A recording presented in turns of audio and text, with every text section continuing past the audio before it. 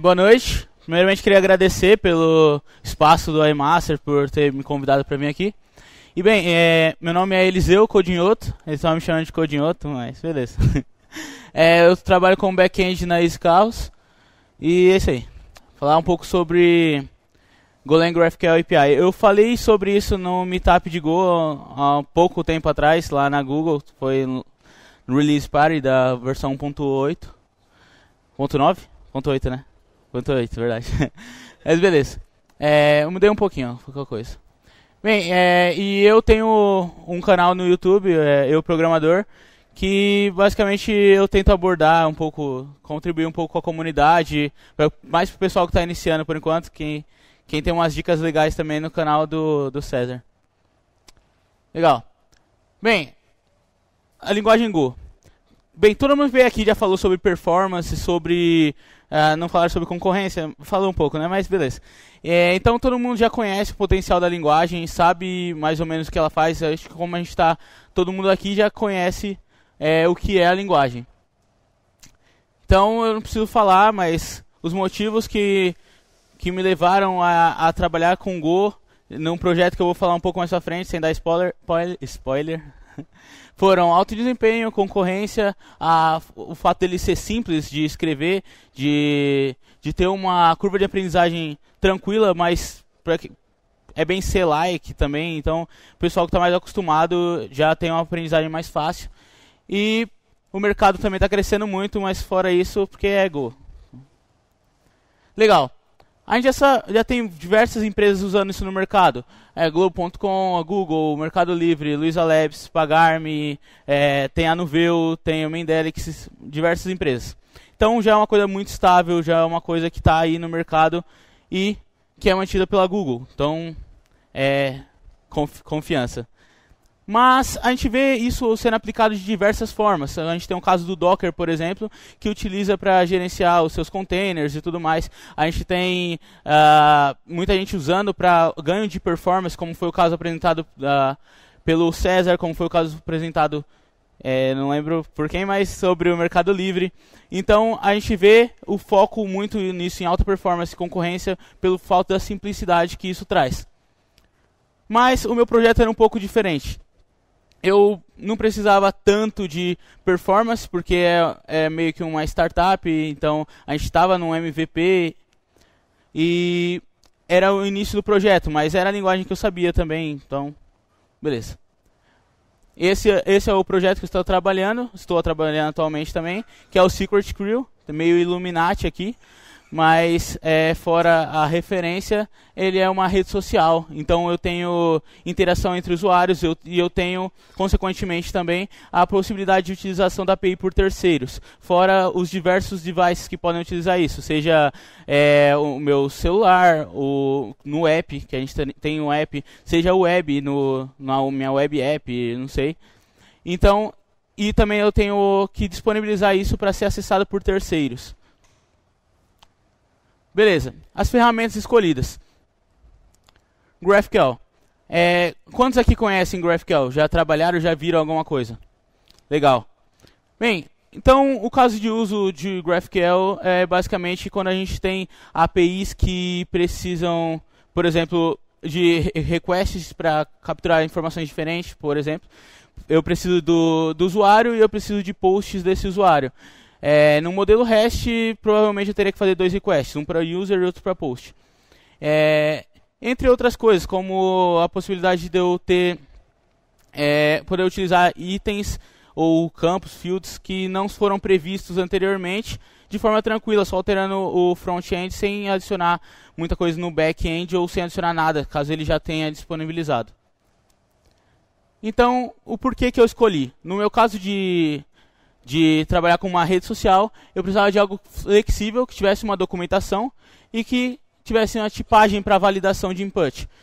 Afinal, dá um maior trabalho eu fazer o parse de tudo que entra na informação no meu front-end, ainda mais se eu não sei, no meu back-end, ainda mais se eu não sei de onde isso veio e de quais formas ele pode vir. Então, falar um pouco de quem usa, só para generalizar para quem não conhece ainda, o Twitter, o Facebook e o GitHub, a API nova do GitHub é feita em GraphQL e nós na Scalz usamos também. E ela é mantida pelo Facebook. Tá? Então aqui é Google e Facebook, basicamente.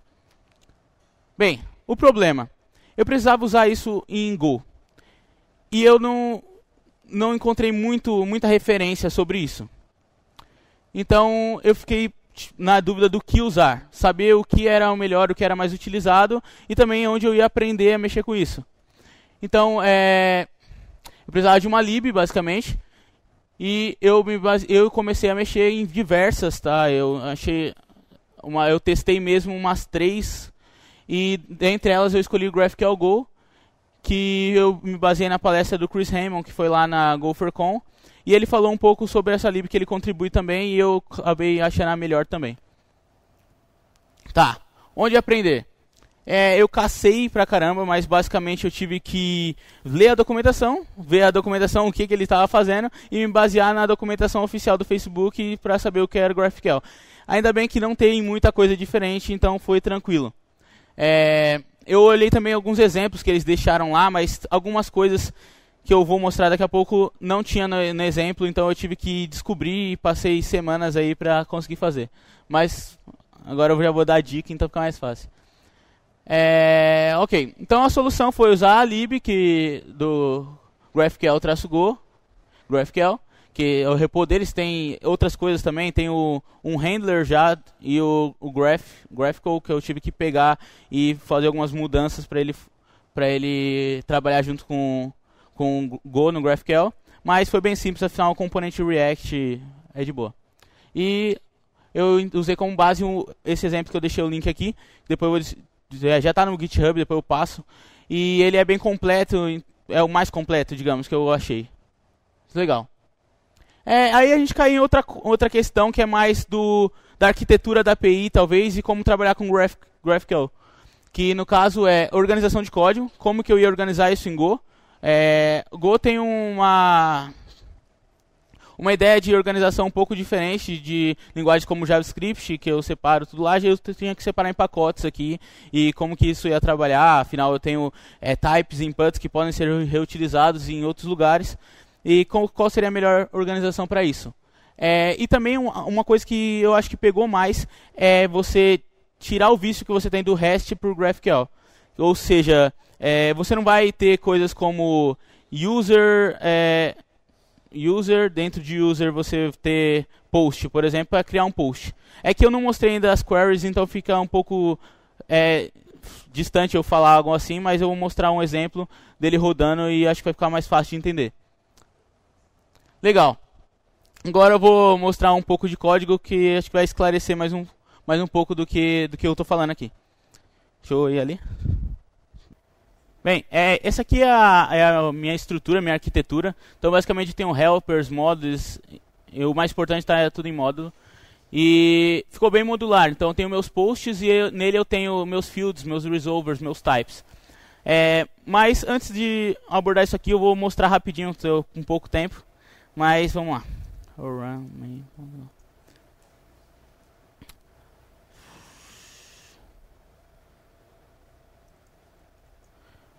Bem, essa aqui basicamente é a minha API. Eu já deixei os minhas queries aqui prontas, os meus mutations. Basicamente tem um query mutation no GraphQL. Queries são os gets, basicamente. Tudo que eu quero retornar, quero pegar. O get do REST, que a gente já está acostumado. E as mutations é todo o resto. Put, delete, update. Update não, né? Post, put, delete. Então, ele já era uma documentação para mim, com base no que eu comentei lá de descrição para cada tipo. Então eu tenho o meu field, que é esse campo de cá, que é o nome pelo qual eu vou consultar aqui, e eles têm tipos. É como se fosse trabalhar com uma linguagem tipada. Afinal, o GraphQL ele é uma linguagem para a gente modelar nossa API, uma linguagem de request. Graph Query Language, GraphQL. Então eu tenho meu field, eu posso passar parâmetros para eles, argumentos para eles. E esses argumentos também têm tipos. Eu posso trabalhar eles dentro do resolves, que são as funções que resolvem os meus tipos. Então, dentro dos meus tipos eu tenho esses dois tipos aqui por enquanto. Então, para executar, eu uso o Graphical, que fica mais simples de usar, mas ele nada mais faz do que um parse da string que você envia na query, num post. Então, não tem muito segredo. Aqui eu tenho, por exemplo, uma validação de erro. Eu podia não gerar um erro para isso, mas eu quis informar que eu não tenho erro. E tudo isso aqui é muito simples, afinal eu já tenho toda uma estrutura do GraphQL pronta para isso. Tá? Então eu vou inserir uns dados aqui. Opa, não, aqui. Eu vou inserir um usuário chamado João, aleatório aqui. Eu inseri o meu João, não. O João aqui. E aí ele já está disponível para eu fazer a consulta aqui, afinal eu tenho os meus usuários. E aqui eu poderia buscar outras informações do João.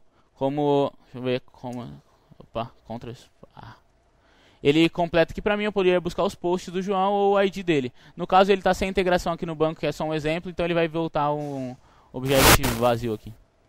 Mas é basicamente isso. E eu posso encadear outras coisas. Então posso fazer uma consulta mais complexa, chamando, por exemplo, posts, e do post eu chamar o usuário que fez aquele post e ir entrando em diversos subníveis disso, formando um grafo. É essa a ideia do GraphQL.